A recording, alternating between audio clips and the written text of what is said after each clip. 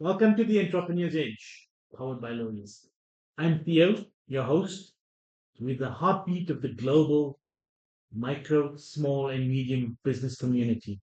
Whether you're a solo founder or scaling a team, we're here to bridge the gap between business theory and real world execution.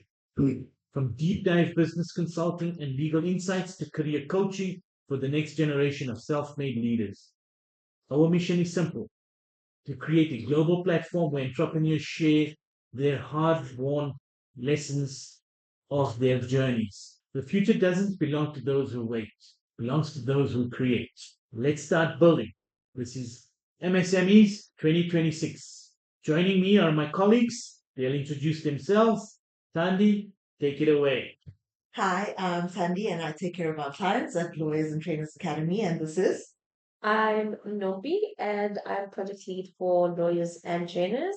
This is Dylan. I take care of the ICT department and the imagination workshop. And this is Damien, and I take care of Trainers Academy. And this is The Entrepreneur's Edge. yeah, let's go. first ever. With the introductions done, let's get into the detail. Let's do it. great. Let's start off this discussion, 2026's discussion, with geopolitics. Geopolitics, is top of mind for everyone.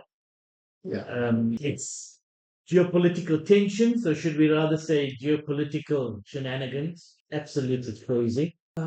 Part of and giving context to what we should be focusing on and discussing in terms of geopolitics is really around BRICS and the global south, because those areas that affect a lot of our viewers, our users come from that base, and that's kind of the base that we want to now have a discussion around. How does geopolitics affect them?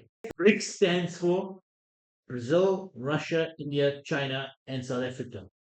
It's a group that came together to try and drive a multipolarity view, focus, moving away from a hegemonic control where one body, one country dominates everything, like we see now the US, and has been like that for since the Second World War.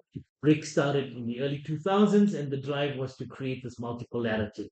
It's about opening the South-South trade corridors that were previously dominated by the Western market. And by BRICS and creating this virtual Silk Road, the Silk Road between all of the South countries, they're now opening the trade links between the global South countries, and BRICS is driving that. Later they're talking about a currency. Already you can see trade is happening in countries, currency to currency, providing a lot of opportunity in that space for countries to deal with each other via their own currency. Don't have to trade, convert to dollar, and then pay each other via dollar. They now can do a yuan rand exchange, and rupee exchange. Okay, and then how does that work? Like Rand rupee exchange. Does the Rand then go into India and gets converted into rupees, or Yeah, so they currently, the SWIFT system aggregates the fiat system, that the system that is being used currently. It creates a fictitious amount of what each currency stands against the dollar and against other currencies. Okay, now whether that's fair or not is problematic, because some currencies are devalued for reasons, right? And there's really no substantiation as to why certain currencies are at the values they are at.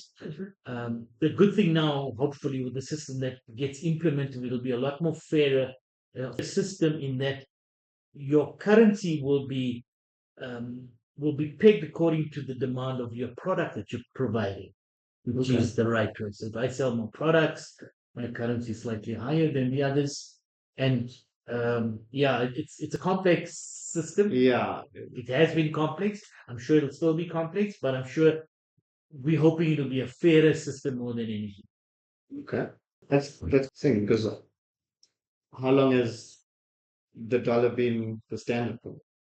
Since 1970. Sure.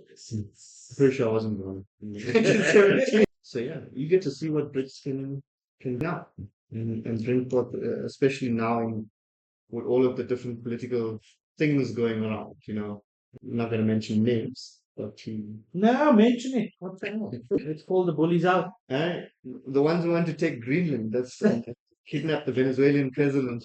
The orange people that want to take Greenland. Maybe it's a color thing. Hey, you think so? Pigmentation. We'll get some spray tan and find out. Yeah, I think it's a fair question to ask, which direction we would like to go and how BRICS is going to handle all of this. Hoping the Europeans come on board. Yeah, spot on. I think the important thing for viewers and the whole SME space, micro, small, medium enterprises, is previously it's always been challenging for small businesses to leverage technology and trade internationally. Now with this platform or rather BRICS and platforms that we have, your it can be direct. So it opens the doors to B2B trading. So businesses in South Africa could easily trade with someone in Brazil, and someone in Brazil can be trading with someone in Russia, and we can start creating that network of smaller businesses developing and growing. And given the fact that our markets are sometimes limited in our own countries, we now have the opportunity to trade into the rest, the global south environment, and start products that we sell that we're good at, whichever country produces, can now trade with the rest of the world. It gives, before you, given the size of your business, you could only trade within your own area. Now you can start trading. You can sell products across the world from one Absolutely. place. And luckily our systems are being able to do this. So especially with like our SEO, the new way of how SEO works. People around the world are able to find countries, smaller businesses are able to get to everyone. I think it's quite a delicate one because we're in the position of everything changing from the old SEO function of your business only being found based on your keywords, crawler bots, those types of avenues, and Google being this massive monopoly in the game where that was only search and they directed how search works. You get your few words up there that you want to type and you search, and then you get a bunch of blue links, and that's pretty much what you get now. And then you look through the first page, and that's who you buy. And usually, most of the top people are on the first page. Your SMEs are not going to be on the top page unless they're paying for keywords. Now, the way it's shifting into a different direction. Most people are not necessarily using Google for decision making, for purchasing products. They're using social media like TikTok, Facebook, YouTube, Instagram, and they're trying different ways on how to get to them. So like, let me get this word correct. So it's called micro decision constellation. What that means is it's no linear funnel. So it's no longer Google websites say. It's now some people will make decisions on TikTok based on what they see. So they'll see you on TikTok. They'll go to YouTube to get more information on your company. They'll go to LinkedIn to validate the information and your expertise. And then go to your website to make a purchase. That's how it's working now. It's quite an interesting journey. And when did these changes start happening? Those changes, it's been ongoing.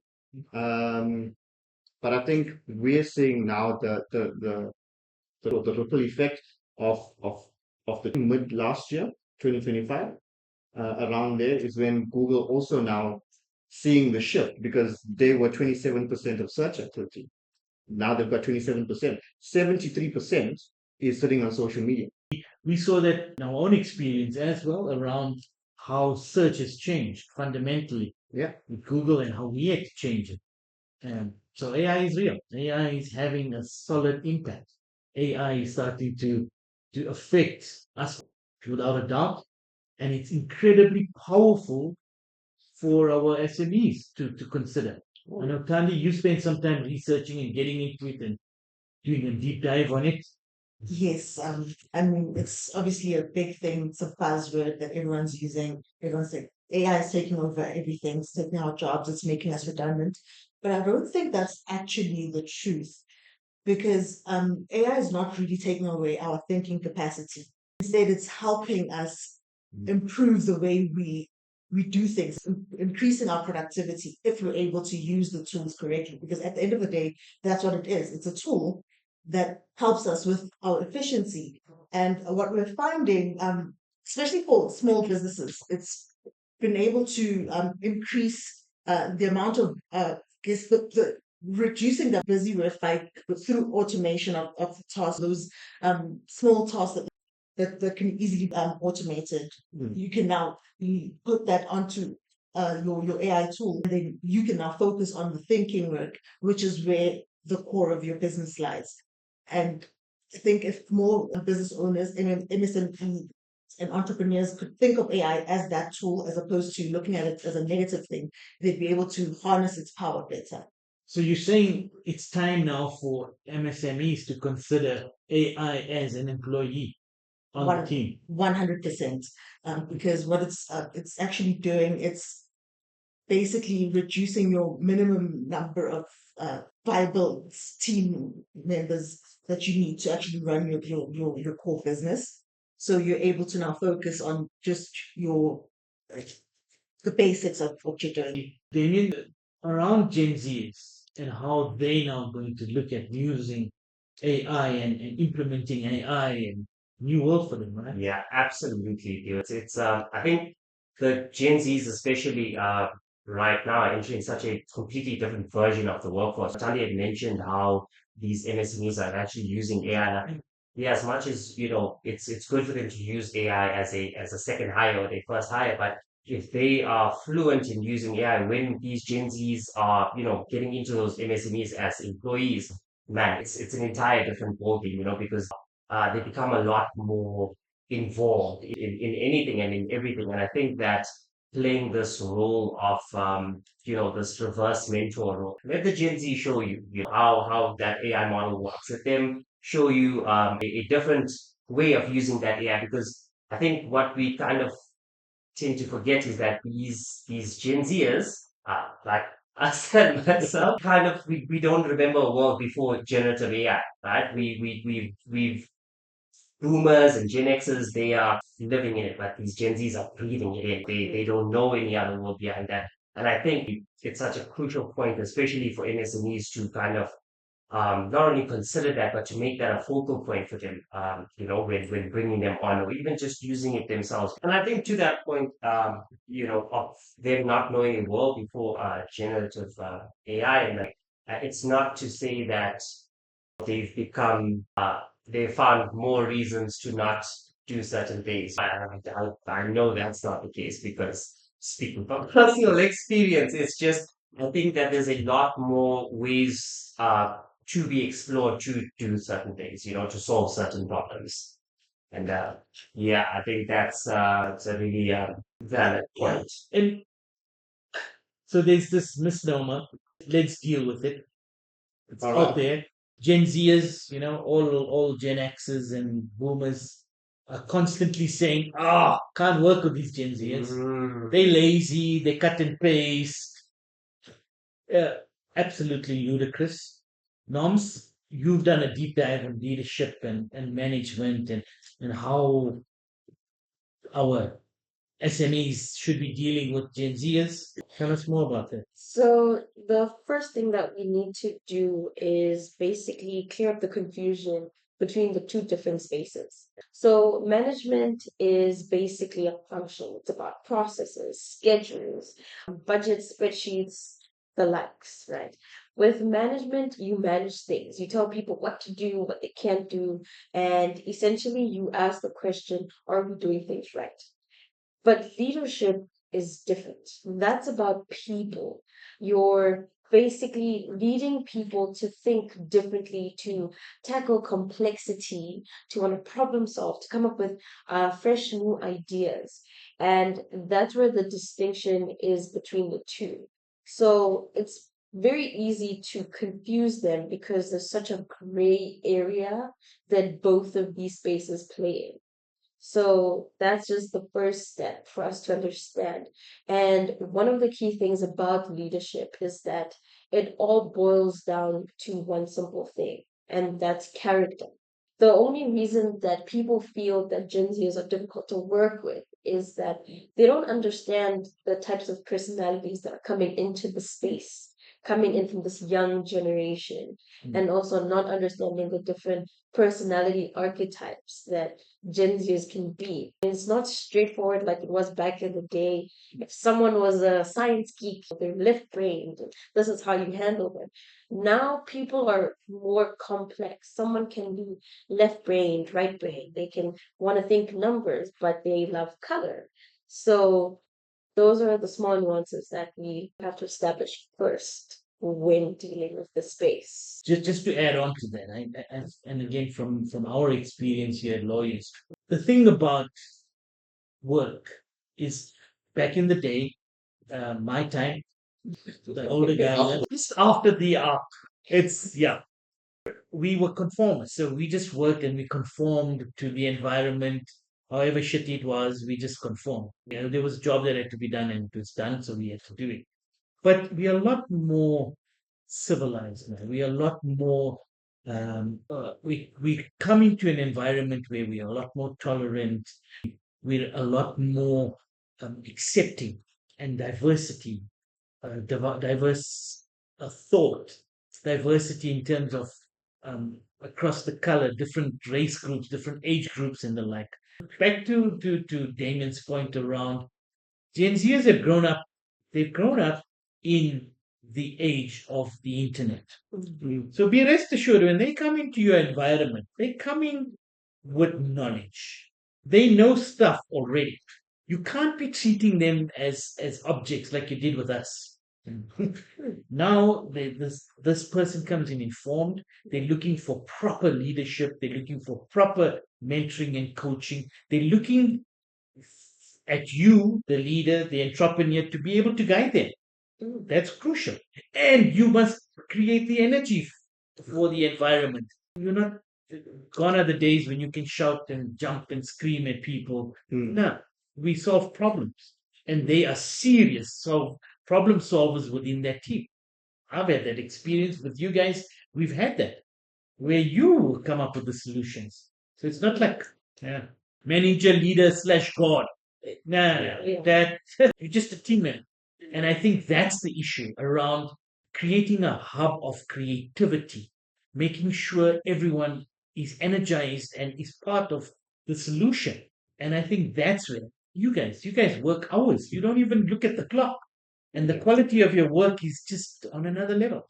And to add to your point, a lot of it is because it's valued. So Gen Zs are all about validation. The generation has been put down by a lot of older folks are Gen X and Boomers, right? And as we say, they're not fond of Gen Zs. So they look for validation, either in social media, in the workplace. And if you don't show them that their ideas are valid, and this works with any team member, not just Gen Z, any team member, you need to show them that their work is valued. Be part of the think tank, as we like to call it. And I think that's what makes people want to do more in the space that they're in. Once they feel included and valued, very important for team building. Yeah. Brilliant point. And I think, like, as much as I 100% agree, man, it's the value. And I think even more so it's having a purpose, and having a purpose, like, be it, I'm sure, as a Gen Z or even as a boomer, it opens a whole different world of thinking and of possibilities, like you mentioned, like going to social media for like validation and things. And yeah, it's so true, man, because we're all constantly searching for purpose, and whatever we can get purpose from, we look for that. And I think that's that myth of being unmotivated and being lazy. It's really like, in reality, if you think about it, like, Gen Zs are hyper motivated, right? It's just kind of changed the currency, right? They've changed the currency for what they work for now. It's no longer getting a paycheck or my pay slip says this. Like, it's about purpose. And I think right now, job security for them, it doesn't feel like a real thing because what's in their jobs? They've seen global shifts, they've seen AI layoffs at this point. So they stay motivated really by just learning skills that make them like unfireable. And I think that for MSMEs, give them purpose, man. You really opening it up to a whole other world. And one of the things, you say MSMEs, Gen Zs are the ones like, they are starting the Yeah. MSMEs. They are the ones that are driving the SEO change. Yes. If you think about it, they're no longer conforming. So Yeah. all of the different platforms that are being used, so TikTok, they're changing how they search for stuff. They're changing how they want to sell stuff to each other, to different parts of the world. Most people now on TikTok are driven by emotion and novelty, and Gen Zs are driven by emotion and novelty. What's new, how they feel about it. It's those types of things that are changing their view. That's so true, man. Yeah. Yes. But it's not just TikTok. It's YouTube where they focus on. So they go to YouTube to focus on retention and expertise, to get retention and expertise, mostly for education. We all know a YouTube video that we went to and didn't know how to do something. After like 2 or 3 YouTube videos, how to change it. Yeah.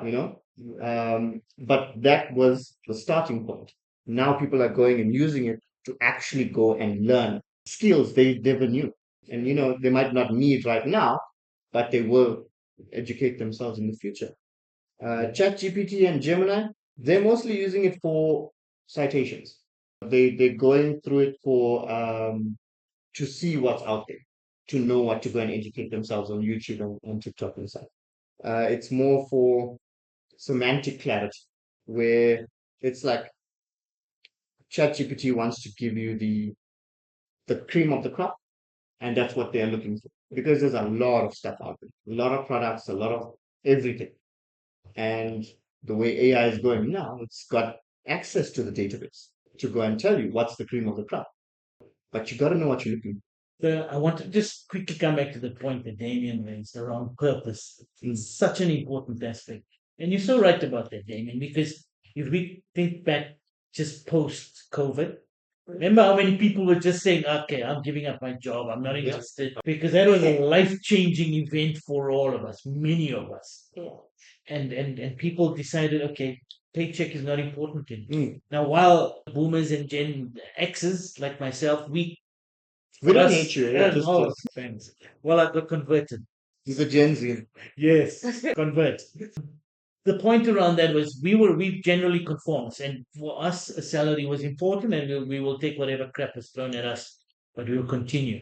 Gen Zs don't need to do that, and they won't accept that. And if anything, I would say you guys are the braver generation. And exactly like Damien was saying, you've been challenged with so much. You having to live with the nihilistic view of life. The end is nigh. You every time from the time you've had the subprime crises, you've had COVID, you've had a couple of what Trump says 8 wars. He stopped. So I would assume those 8 wars were the ones that were caused during your time. Oh yeah. So yes, Damien, obviously those are challenges, right? And talking about employment and the challenges that we've been having, your graduates, I would imagine they even are experiencing challenges because I think now the stat is almost on average graduates 3 years after being graduated are still sitting without jobs. Yeah, I mean, look at that. That's an insane stat just to look at here. And I think it's not just call it high school graduate degree like industry, but it's also like university graduates. Like that. I think that gap is so massive between how what a stalled asset that theoretical degree has become. Even more so now in like 2026. And I guess historically, having a degree meant you owned information, right? And information that was hard to find.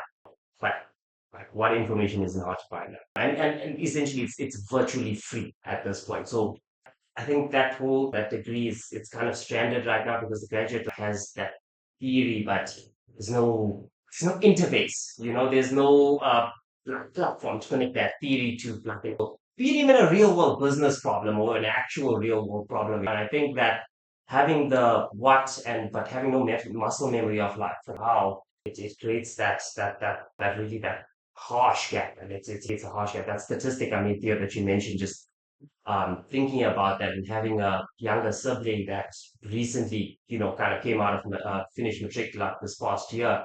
And just to share, I don't think she will mind me sharing this. One of her first questions to me were, when can I start building my CV? And if you think about it, that's kind of a general thing. I'm in school, so I'm either going to go like varsity or I'm going to start working. So I need to do my CV. And I, of course, because, we're here at Lawyers, we're changing the rules. I had a listener like, what's the reasoning behind, kind of wanting to kind of do your CV? And to no surprise of mine, she just had a blank stare on her face. And I kind of quickly realized, like, well, yeah, like, what would she have given me an answer on? And I think that just knowing that there's even, or maybe not even knowing, but like just understanding that there is an opportunity cost. Like, it's not just that the degree is silent, but it's the cost of those years of like real world sandbox time. While you were studying the theory of marketing, a non-grad was running a TikTok shop, trying, failing, pivoting, and actually, like learning how to convert a lead. And I think that gap there of why that statistic is so harsh, it's really because of that.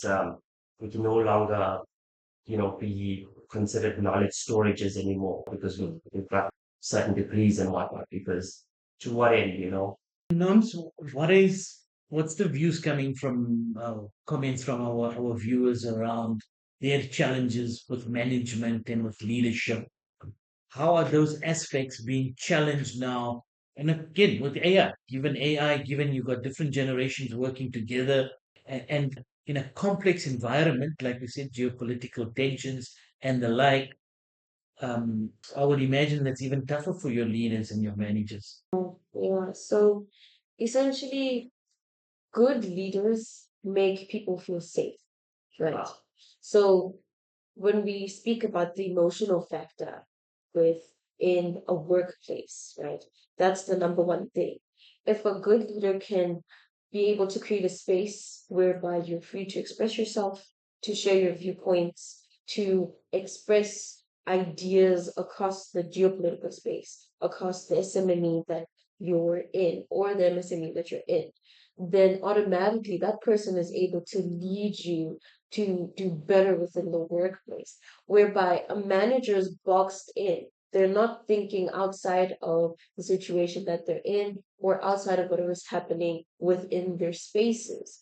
And that's kind of where the difference is now with modern day people in the workplace and even Gen Zers.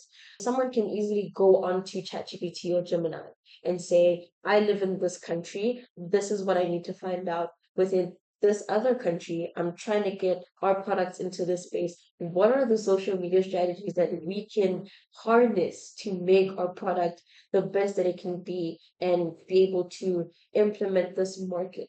Unlike back in the day, you kind of had to do that deep research. Sometimes people even had to fly into those new countries. Now everything is at the tip of our fingers.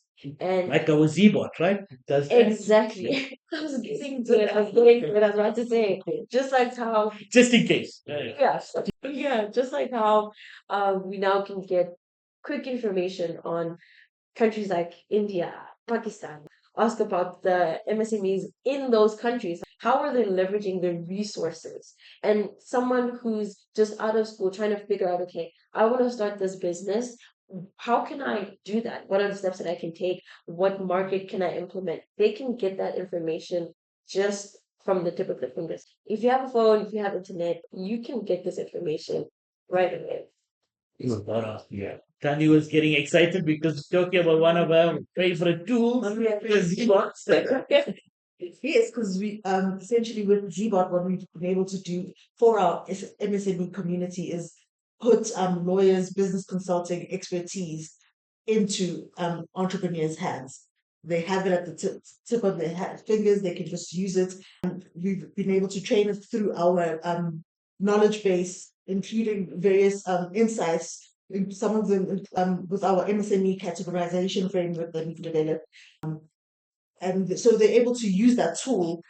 And as Nompi had just mentioned, we've put in our country insights. So an example, someone could go into Zbot right now using natural language, typing in. So I want to start a business. Can I start maybe a transport business in Pretoria? Zbot would be able to give them the answer based on the information and in a way that's understandable to them. And they can now make a decision based on the industry that they're looking for information in, the region that they're in, all without leaving their home, without leaving whichever room they're on their phone. It's very accessible. And I think having those sort of tools available is life changing for a lot of people that don't have access to it. Especially seeing how, costly it is being a company to kind of do that research, that market research for you. Like Dylan had mentioned, yeah, you've got AI and that information at your fingertips, but not having a going in position, knowing like, what it is you're kind of looking for at the beginning, it makes it that a lot more ambiguous and glad to see what exists. So I just want to say for the viewers, we have focused on our top 10 countries because, we did a deep dive on our top 10 countries. Our global viewers that came through, clearly we can't do all at the same time. So I'm afraid if you're sitting in Minneapolis at the moment and you wanting to change, sorry, we're not there yet. We'll get there. But our top 10 countries, just so you know, is we've done Iraq, Algeria, Pakistan, Bangladesh, South Africa, Venezuela. Am I missing Egypt? Libya. Libya. We did it when the president was still there, so we have to just check out. Okay, no, but the Venezuelans, we got you covered. So we still got you covered. And we're going to keep expanding. So our next phase will take us into the top 20 countries. And it's all on our info hub. So you can already check that out on our info hub. And we forgot the most important aspect. It's free. Free. Just go and do it. It's there for you.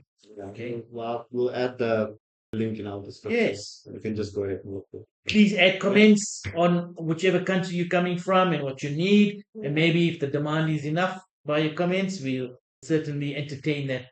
And reach out to Tandy and her team as well via our client service center. We're there for you. Any questions you want us to respond to, ask. We're there for you all the way. Thanks. That was a Zbot discussion. Appreciate that.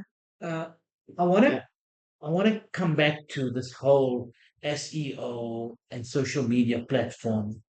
And we spent a good part of 13 months just deep diving and understanding that space, right? It's a big Platform and all the different platforms. And the one thing that we found, and of course, we'll have a separate podcast to just go through all of the details. We'll tackle each of the different social media platforms separately, and then we'll do it as a combination, and we'll share some of those insights that we got around creating a strategy that's specifically designed for your specific business. And again, you can just in the comments let us know which industry you're coming from, who needs help, assistance. We're there for you. So let's just quickly chat about those 5 platforms that makes up this ecosystem. Okay. And I think, Noms, if you can kick off and just tell us about LinkedIn, why LinkedIn is important, what's happening in the LinkedIn space, and how is it being used, as part of this social media ecosystem. Okay, so essentially, LinkedIn began as a platform for talent to be recruited, right? So if you are a hiring manager and you were looking for talent, top of the class, so someone who graduated from a university, top of their class, with a cum laude, they would put that information on LinkedIn as part of their profile. And that would automatically make you the cream of the crop. So recruiters would then be able to find you there and then absorb you into companies. But as the years progressed, what we've seen is that LinkedIn has kind of changed. So it's no longer just about your qualifications, what you've done. and where you're going, what's your next step. It's kind of now a platform for businesses, brands, and everyone to kind of showcase their speciality, their expertise. So what we've seen is that a lot of companies have now built their brands on LinkedIn to showcase fundamental parts of what their company ethos is, company culture, values, and essentially market their services and what it is they want to provide to the public. And for professionals, it's kind of a platform now for them to show their credibility, their competence. So if you've got certifications, degrees, if you've done volunteer work, that's the kind of information you can put on LinkedIn that will showcase your competence, showcase your credibility, your expertise. And that's kind of now the shift that's been happening slowly within the LinkedIn space.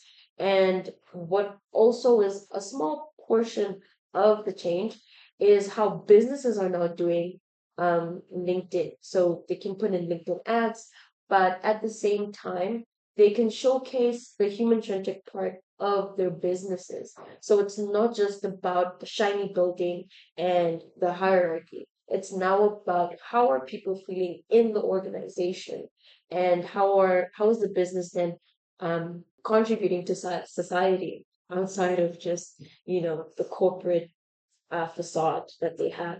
Got off. Thanks for that. And then, of course, TikTok. Candy's TikTok. Let's go. TikTok, like especially for the for how young it is in terms of the social media platforms, has been one of the largest and most I guess fastest growing platform. And I think especially like it started off when you think of TikTok's history, it started off as an app where people would post their little dancing videos, dancing, and it was purely for entertainment. And I think as more and more people gravitated towards it, probably because it's tailored to be used purely on your mobile phone. Even the aspect ratio of the videos that people are posting there, it's mobile friendly, and everyone's carrying this computer in our pockets everywhere. So people are able to now use this platform for more than just entertainment. People are getting their news from there. People are getting information about things that they were doing research on TikTok, and it's giving businesses, I guess, the human touch with their audience, because that's where a lot of younger generations are. So that's where your Gen Z, your millennials, even Gen Alpha is now on TikTok. So any businesses wanting to reach their audience and be the like that human touch with the audience, that's where they'll find them, and that's where a lot of our younger generation are going, because they know that they're interacting directly with the brands there. It's not, the platform itself doesn't, I guess, it doesn't focus too much on the, highly aesthetic posts, very structured. It allows you to just be free and show your individuality. Just be you. Just be you. They don't want the Yes. polished, Yes, it's not, polished AI look. Yeah. not very polished, but yeah, and it's growing a lot, and it's a very interesting space and an interesting platform that people really need to consider. You can't ignore it. Thanks, Danny. I just want to come back to LinkedIn norms, and the thing that you expressed as well, that something that we're busy doing now as well, is to make sure that newsletters and getting email, so getting a database of emails for small businesses, LinkedIn is the perfect opportunity for that. So as a small business, you want to get yourself out there, and you want to get a proper level of email is the key connection, and then your newsletter. Yeah, because I think the age of email marketing is kind of dead. Yeah. Yeah, blast emails are not going into spam or junk folders. So alongside the brand building, people knowing, okay, this is a legitimate company, they're more likely to subscribe to a newsletter and actually engage with the content that you would be feeding out there. Whereby, if it was just some company posting static pictures, you're not seeing the real people behind it, you're not seeing anything else outside of that perfectly built image, then you're less likely to subscribe or to engage further beyond that. And that's kind of how LinkedIn is also then changing the space. It's just trying to drive more engagement for people to kind of see companies' credibilities. Awesome. And Tanya, just around TikTok as well, the thing that you spoke to us about was how TikTok is different companies and brands are using it to be playful, right? Like Duolingo and the works. Yeah. Yes. People are able to, I guess, let go of that stiff, structured corporate image Yeah. and just be humans again. Mm. Take off that brand image that they've always that structured corporate look and just interact with their audience and their client base on a human level and have fun because what's life without fun? And that's where they're able to do it. Damien, your Instagram journey and trying to create a presence for us and for our clients and understanding Instagram and how does Instagram fit into this whole ecosystem? Yeah, it's like when we had first started, like when you mentioned 13 months, I mean, it's insane to think that, yeah, 13 months ago, and I think Theo, in the beginning, I kind of didn't realize the giant I was, we were dealing with. Because, coming from a consumer of social media, you and your lens that you use to kind of, be on these social media platforms is so different. And I think the journey it was tough. I think we can all kind of agree, but it was so needed and it was very much worth it. We I think I kind of saw Instagram you know before taking that journey was more around, okay, this is kind of a place for me to maybe it's a harsh word to use, stalk people. A lot of stalking took place on Instagrams and the like, and you'd always hear a lot. Oh yeah, I mean, it got to such a point where you kind of attend a function or attend an event. And people wouldn't ask you, for your WhatsApp number. They'd be like, "Oh yeah, what's your Instagram?" Seeing you and their phones out, like, "Oh yeah, what's your Instagram?" And it's such a crazy thing to think about that you kind of want to get such a different impression of this person that's standing right in front of you, but I'd rather see your digital impression that you've made. And I think that Instagram, with that whole era of Instagram models, it was a like so funny meme that came out some years ago that said, if that's whoever owns Instagram, I don't know, it's Meta, on Instagram, if they push a button to close down Instagram, like a lot of these models will be out of a job, and I guess it's true in some sense. And but what was more amazing to see, Theo, and the way people are, especially Gen Zs, are using it now, using the way they use just the social commerce on Instagram. The Instagram has opened up like Instagram Shop now, allowing you to have like shippable posts, and I didn't mention with the SEOs, it's no longer just kind of keywords that Google, I mean, sorry, yeah, I guess it is kind of still keywords, but it's more context keywords, as opposed to just buzz keywords. And Instagram posts, the posts are now being indexed by Google's search, and it's even using like in captions, it helps a lot, like these not small, these MSMEs to really get founded by people that are searching for products online, like Dylan had earlier mentioned. People are no longer just kind of going to Google Shopping. I think Google Shopping even removed the shopping tab, like, from Google, because of how much people are really just using Instagram, TikTok, to kind of make purchase decisions. And the fact that they're making purchase decisions is crazy. So yeah, the journey was incredible, Theo, and still continuing. Yeah, that's an ever evolving Yeah. journey. Yeah. The other thing that I recall you sharing with us was around how businesses are using Instagram. And so Instagram is now giving businesses the opportunity to show their creativity, their colors, their tone of voice. You've got a colorful platform, and Instagram is designed for that. The reels there, your carousels, all of the different ways of showing who you are, show and tell. Absolutely. We'll talk a lot more about how all of this, or as a company, as an MSME, how to deal with all of these different platforms. Okay. My area of deep diving was Google, and we clearly, like we said earlier, have to create different podcasts because We will for each of do these. some changes. So honestly, I don't know. Why I don't know? because Google doesn't know. Yes. Face off. That's such a big statement. We're in that space. We're in that space. Sundar Pichai, you're listening to us. Yes. It's a difficult space, and I can appreciate what they're going through. AI changing, search changing. Google, in a sense, before being a search engine, was able to drive behavior. Now, with this plethora of platforms that we have, and the usage of AI, and the redirection of how we buy and the purchase decisions we make, us as a society, as a community, as a global um, consumer market is changing.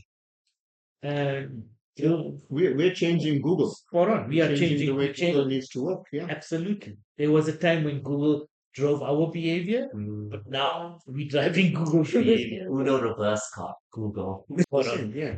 Hold on. Dee did a deep dive on Facebook and YouTube. You're going to ask yourselves the question, how did we pile such a load onto his shoulders? Well, he's got big teams than the rest of us. So, IT Imagination Workshop, they all think they got a lot of work, all the creative bits. Decided to give them more work. And again, Noms doesn't have a lot of time because she's got to take care of Bullet. She's got Yeah. a whole proper, fully fledged type of dog. Pitbull. Pitbull. Oh my word. Cayman baby. And Candy has to take care of her massive, amazing Maltese poodle. She's busy. And Damien, well, he's lucky. He's got to take care of Carmen. And Carmen Shut up. is easy to walk and talk. Doesn't need a lot of training. But with D, the reason why we had to give him this load is if we don't, he'll be creating his own farm there. So we had to give him a little bit more work so that he doesn't add to his list of, was it 405? No, it's only 12. 403.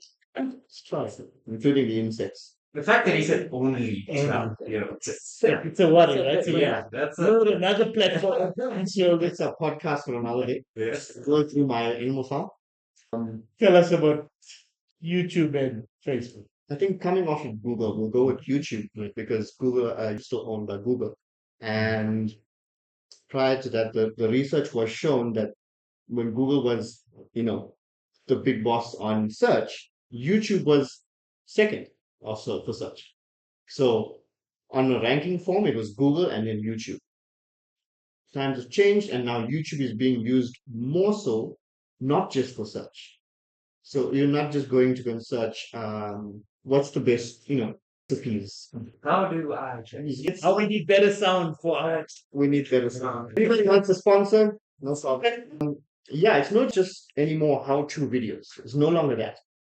It's more so how they can search for expertise. Right? Where to find it. They're using it to find the businesses.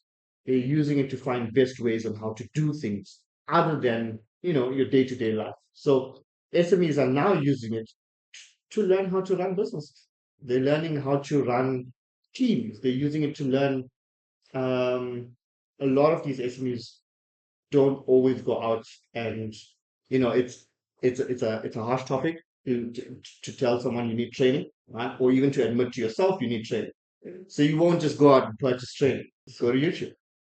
And YouTube is structuring, especially with the SME market, business owners and most people. But most of the business owners, I want to stick to the business owners because that's the drive we're trying to take with learning about YouTube and trying to find out the platform and all of those things.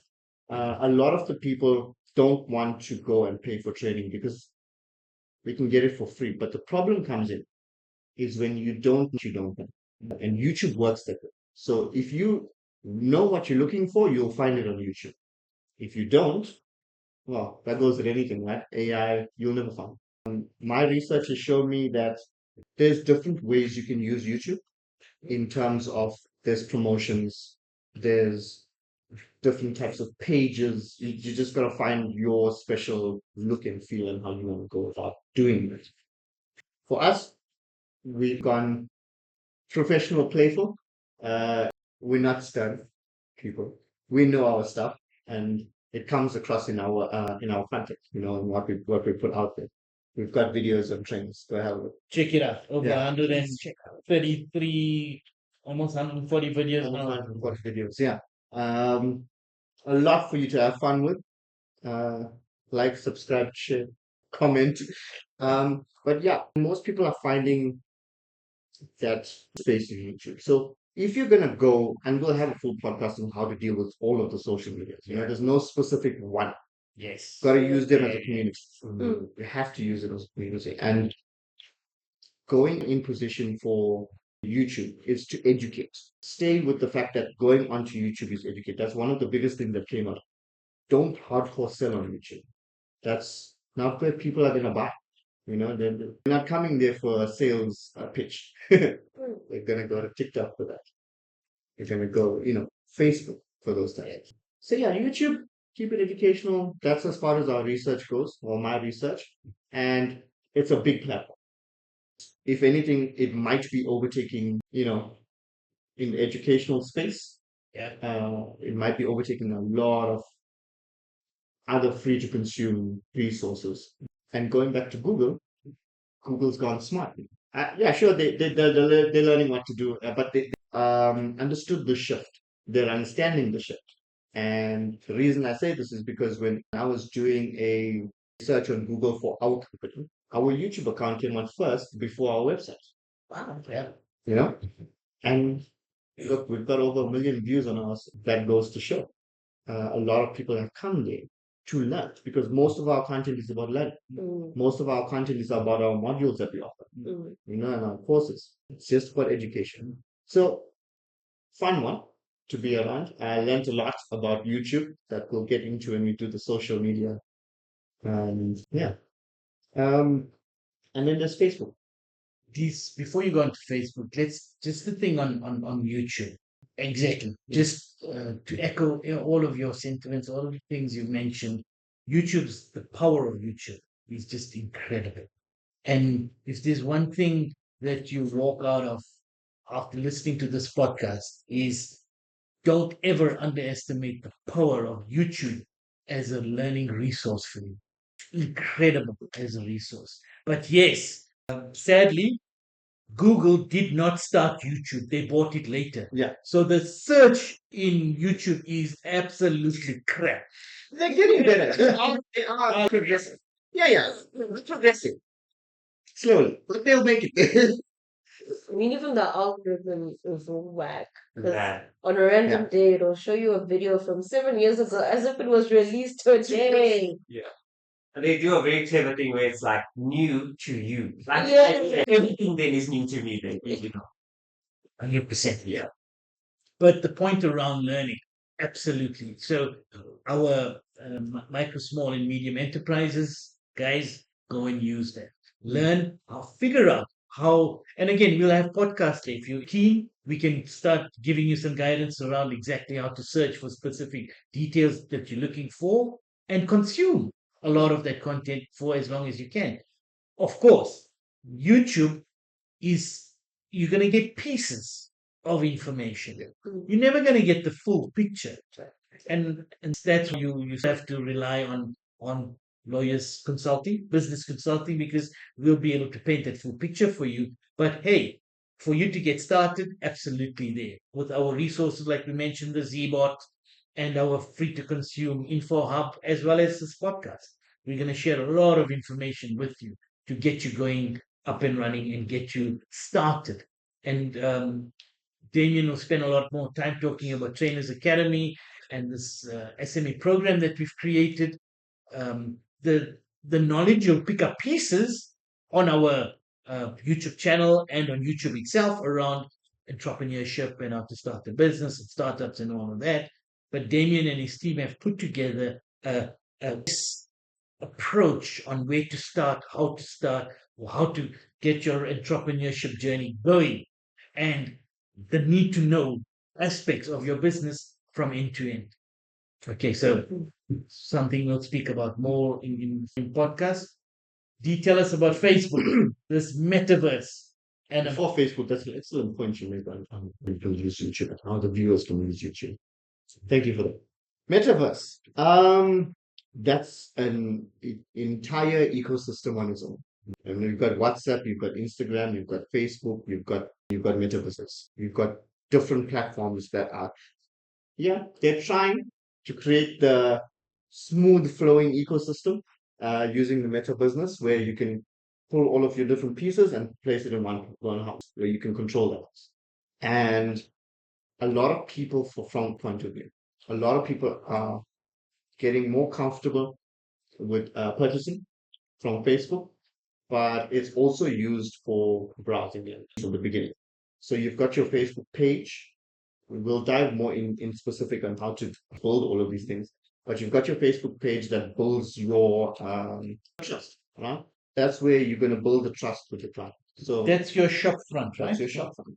And you calls, you get data that where you can find out, okay, what are you struggling with in your SME? How much more skills do you need? Where do you need to find all of these skills? And we those questions. In your And post last week, I saw you created a poll there, right? correct, yeah. In the trainers and our consulting side. So it's your Facebook business page, right? You create a well-rounded view of who you are as a business. So from your expertise to engagement questions, asking all of those things, and then videos, posting your knowledge, giving free to consume resources. Free resources are very difficult to come by. Everybody wants to protect IP, everybody wants to protect. And that means pay. That's end goal, is that I'll protect my IP, you. And that's not what we do. Right? Yeah, we have products that we sell, of course. Yeah. We're a Business, we still got to run. Yeah. We have to feed users and But we want to educate. Right? We want the MSME market to understand and learn. And we give a lot of free stuff. We give a lot of free information. And it's on our Facebook, it's on our YouTube, it's on our Instagram, it's on our TikTok. It might be different types of content, but trust and believe you can use all of it. And that's what Facebook helps. You can bring in all of those different aspects. You can attach your post that you've done on Instagram. You can attach your WhatsApp number and entire WhatsApp business account to your meta business. So you can pull all of these different databases and house it in one place. You can get analytics from meta business. You can get reports, country specific reports, language, wow, age. I mean, not that age matters, because no matter what age you are, you'll always want to learn. And that's how it should be. Yeah. yeah. But yeah, it gives you all of these types of different data, and it's how you use it. I think once you created your space in your page, you take that information and then you're able to build your meta business account. And by building your meta business account, you can then make sales. You can advertise, you can bring people to your website. But with Facebook, it's not about taking people out of Facebook. Yes. So Facebook loves to keep you there. That's why you'll notice Facebook browser. When you open a website or a link in Facebook, it's Facebook's browser. It's pretty good. That Yeah. house is actually pretty good. Like It loads within quickly. Facebook. Yeah. And It's no not Chrome. And again, you share that some of your research findings there as well around how all of the other platforms are doing exactly that. Yeah. They want you to stay in that platform so that they can fulfill the sale within that platform. Yes. That's a trend that's happening. Spot on. Yeah, they to be. It's also good for their analytics, right? To take you from start point to end. Yes. So from viewer to sale, they want to take you on that journey, and they want to record that journey for their own benefit as well. Their own data points. Yeah. And gladly, it's better for us because you've got a very streamlined journey. You don't have to do too many integrations into different programs, but that's another journey on its own. And I think the thing with Facebook is that it started off simple when it first started, with all of how you do your business portfolio, how you can build it. And as time went on and AI came in and, AI generated content and then AI generated, not generated, but the AI itself within Facebook has changed.